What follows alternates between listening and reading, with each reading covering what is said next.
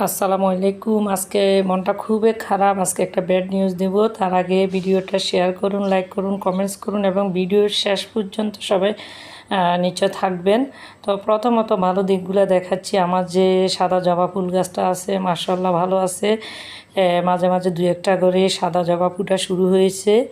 তো সাথে মাইক ফুল গাছটাও ভালো আছে। আর যে অর্থাৎ পেঁপে গাছগুলো আছে সেই গাছগুলো যত বড় হচ্ছে এখানে পর্যাপ্ত পুষ্টি ও উপাদানের অভাব, যার কারণে এর পাতাগুলা বা কেমন জানি হয়ে যাচ্ছে।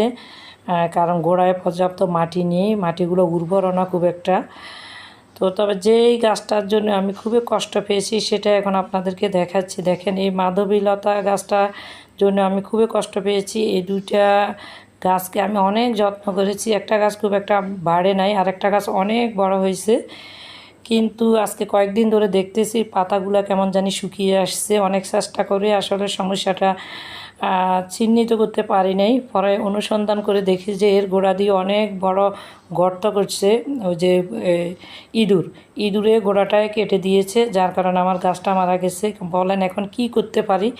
সবাই কমেন্টস করে জানুন আমি এই ইঁদুরকে কি শাস্তি দিতে পারি বা এখান থেকে ইঁদুর কীভাবে তাড়াইতে পারি।